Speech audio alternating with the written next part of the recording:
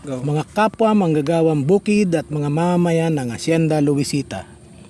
Walang kasawa-sawa at hindi pa natatapos ang panloloko, pandarahas at pangangamkam na dinadanas natin sa ilalim ng rehimen at pamilya ni B.S. Aquino, Coangco Aquino.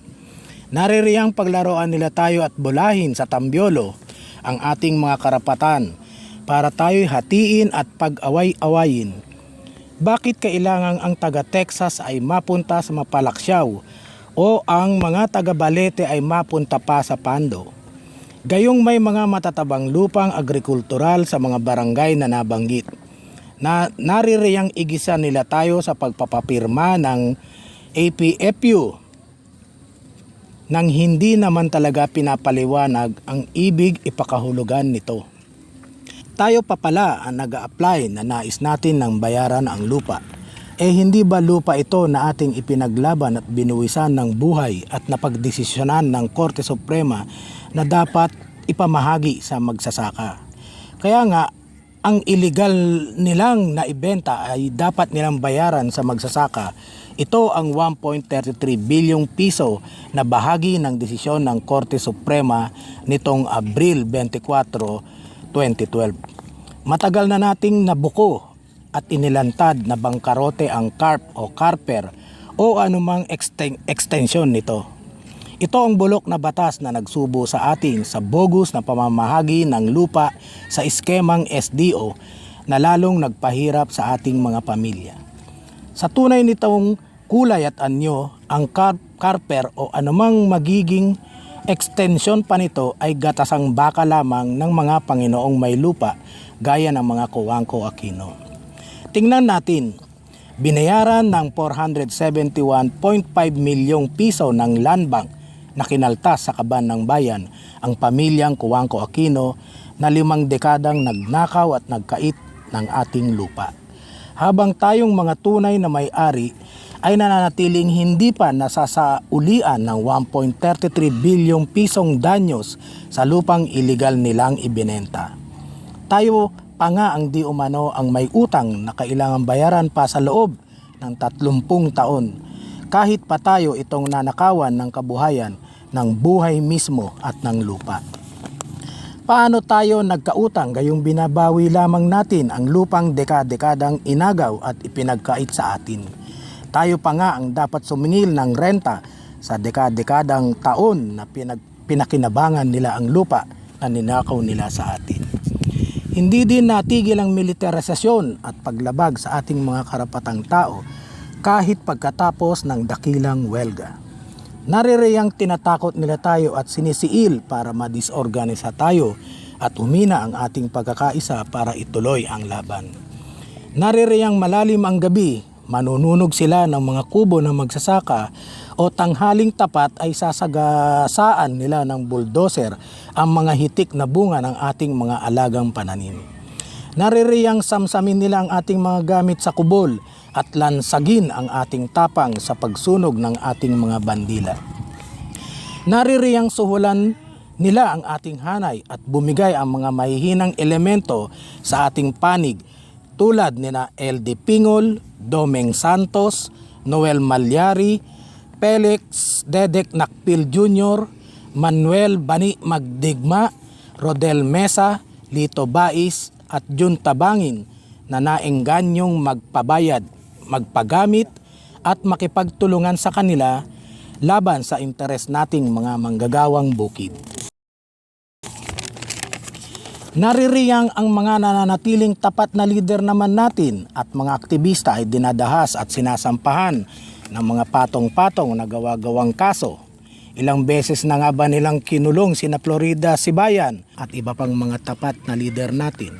Pero nananatiling hindi sila nangingiming ipaglaban ang ating mga interes. Pinakahuli ang kanilang tangkang takutin at pahinain ng loob ni Konsehal Emmy Ladera Pacunla, natatanging lingkod na kasama at kakampi natin sa ating laban. Nang sampahan siya ng mga gawa-gawang kaso gaya ng trespassing, malicious mischief at iba pa. Ang pinakamasahol, itong pilit nilang pagtatago at pagpupuslit ng lupang dapat ay mapasa atin pero kanilang patuloy na kinakamkam at inaangkin. Akalaing mula sa 6,453 hektaryang lupain ay 4,099 hektarya na lamang ang ipinamahagi sa atin. Dobleng beses nilang ibinawas ang mga kalsada, kanal at iba pa. Gayong nabawas na ito noong 1989 pa nang mapasok tayo sa SDO. Bukod dyan, pilit nilang pinapaniwala ang mga tao sa kanilang kasinungalingan na ang libong hektarya mahigit na kinupit nilang mga matatabang lupang mainam sa ating mga gulay at palay ay mga lupang industrial at residential na di umano. Ngunit, dekada-dekada na nating itong pinagyayaman, binubungkal at ipinagluwal ng pagkain sa ating mga lamesa at sa lamesa ng bayan. Ang totoo, halos aabot ng 1,500 hektaryang lupain ang sinubukan nilang iligal na itago, ipuslit at itakas. Pero sa huli, walang baho na hindi maamoy dahil mahuhuli natin ang kanilang mga modus operandi. Hinililipat lamang nila ng iba't ibang pangalan ng may-ari, pero kung susuruin, ang lahat ng mga kumpanyang ito ay pag-aari ng pamilyang Cojuangco Aquino sa ilalim ng kanilang pampamilyang korporasyon na Jose Cojuangco and Sons Company. Marami sa atin ang nabitag na magsangla at magbenta ng mga lupang nabunot sa Tambiolo, pero ito ay dahil sa masugid nilang pananalakay sa ating kahinaan, sa kapangyarihang pang-ekonomiya at kakapusanan nating sumapol ng kanilang mga intensyon. Hindi talaga alam ng madami ano ang implikasyon ng pagpaparenta habang matagal na tayong hikahos, kaya kung bibitagin tayo sa pera, hindi lubusan ang kasalanan natin na tuluyan ngang madulas. Mas malaki ang kasalanan nila na nananamantala ng ating hikahos na kalagayan. Ang totoo, ang sistematiko at planadong pagpapakawala ng di umanong mga bibili at rerenta ng ating mga lupa ay para lamang bawiin sa atin at muling irekonsentra ang pagmamay-ari ng lupa. Makikitang ang mga gaya ni Virgie Torres at iba pa ay walang mintis na mga alagad din at anino ng mga Cojuangco Aquino. Ang totoo, sistematiko at plananong pagpapakawala ng di umanong mga bibili at rerenta ng ating mga lupa ay para lamang bawiin sa atin at muling irekonsentra ang pagmamay-ari ng lupa.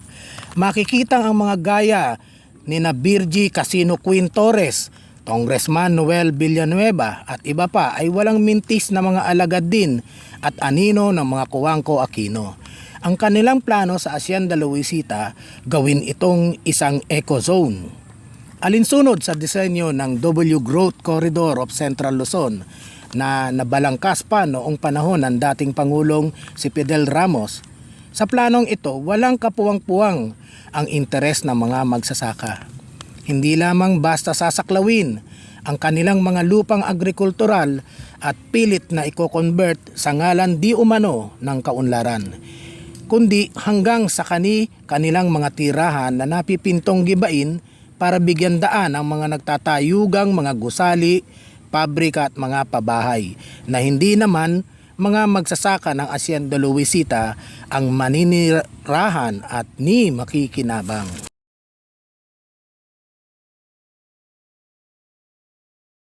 Hindi tayo tumututol sa pag-unlad. Pag-unlad nga ang hangad natin sa pakikibaka para sa tunay na reforma sa lupa. Ngunit magkaakibat at nagtutulungan ang tunay na reforma sa lupa at pambansang industrialisasyon. Mariin ang ating pagtutol sa mga pag-unlad di umano na ang umuunlad lamang at may kinabang ay interes ng dayuhang kapital at interes ng iilan. Sino ang may kinabang ng mga gagawing produkto sa mga pabrikang itatayo?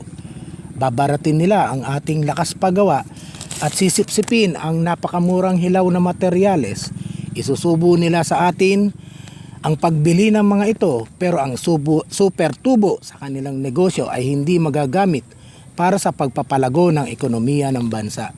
Bagkus, ibabalik nila sa bansang pinanggalingan nila. Iginigisa tayo sa ating sariling mantika. Habang kung pisikal na ipapamahagi nila sa atin ang kabuuang lupa ng asyenda, maibabalik sa atin ang dignidad natin sa paggawa. May pagkain sa lamesa at may kakayanan pa tayong makalahok sa pamilihan na siyang tunay na magpapalago ng ating ekonomiya.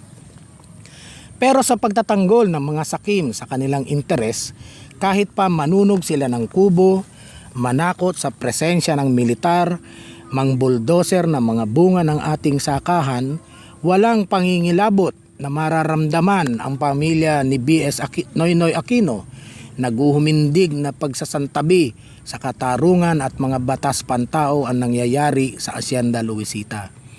Ang tanging batas nila ay nakatuntong sa tsapa ng kanilang pagiging kapamilya ng Pangulo ng Pilipinas. Ang kanilang layunin ay patigilin tayo sa ating mga laban. Matakot na tayo, huwag nang pumalag pa para igiit ang ating mga karapatan. Ngunit sa kasaysayan din natin ang nagpapaalala sa atin na walang puwang ang takot at pagsuko kapag ang ipinaglalaban natin ay mga historikal, moral at lehitimong mga karapatan. Ang laban natin sa lupa at hustisya ay nagsimulang laban lamang ng ating mamamayan. Pero ngayon, alam na nating laban ito ng buong bayan. Minsan na tayong nagatid ng inspirasyon sa daang libong mamamayan ng Pilipinas maging sa ibang bansa nang tindigan natin ang ating mga karapatan sa dakilang welga noong 2004. Gawin nating mga sulo na may di namamatay na ningas ang mga alaala ng mga martir na anak ng Hacienda Luisita. Huwag nating sayangin ang buhay na inialay ng mga gaya nina Abel Ladera, Rick Ramos, J.B. Basilio, Jun David, Jesus Laza, Jesse Valdez, Juancho Sanchez, Jaime Pastidio, Padre William Tadena at ng marami pa nating mga kasama di man mabanggit ngunit bahagi sa ating iisang paikibaka. Gawin nating huwarang halimbawa ang kanilang mga buhay na lubos na inialay para sa katuparan ng ating mga karapatan. Tingnan sa isang panig gaano man ka makapangyarihan, iisang pamilya ang Cojuangco Aquino, habang kung tayo lamang ay magkakaisa, mangingilabot sila sa 10,000 pamilya na lakas ng ating hanay. Ganito ang lakas natin noong panahon ng welga, kaya nagtamasa tayo ng ilang mga taktikal na tagumpay. Nagawa na natin, kaya may katiyakang kaya pa nating maabot at mahigitan pa nga ang mga inabot na nating lakas. Organisahin natin ang ating mga kapamilya. Hindi ito laban ng mga ama, kundi laban din ng mga ina at lalong laban ng ating mga anak. Kasama natin silang maikinabang ng anumang aabutin ng ating tagumpay. Organisahin natin ang ating mga kapitbahay. Harapin ang takot. Hindi natin minamaliit ang kalaban at hindi dapat minamaliit ang ating bilang na nasubok na ng kasaysayan. Makipag-ugnayan sa organisasyon natin. Sino nga ba ang naririyan na mulat mula pa para itaguyod ang ating laban? Sa ilalim ba ng anong organisasyon na isulong ang petisyong naghatid sa atin sa tagumpay na desisyon ng Korte Suprema na ipamahagi na ang lupa? Kakapalan na mukha nitong mga Cojuangco Aquino para sabihing dapat idiskwalipika ang Ambala at wala itong karapatan at naitaguyod ang interes ng mamamayan. Ambala lamang naman mula ang nagtataguyod ng ating mga interes bilang mamamayan at manggagawang bukid ng Hacienda Luisita. Kung hindi sa Ambala, wala ang mga maliliit nating tagumpay at patuloy tayong malilinlang gaya ng paulit-ulit nilang sinusubok ngayon. Ambala lamang ang naging boses ng katotohanan sa loob ng Hacienda Luisita.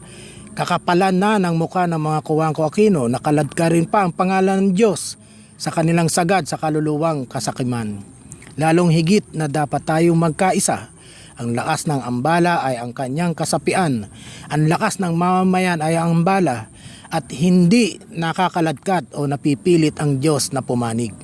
Alam nitong pumanig sa ating higit na aba sa inaapit pinagsasamantalahan sa mga nakalimutan na ng lipunang ito.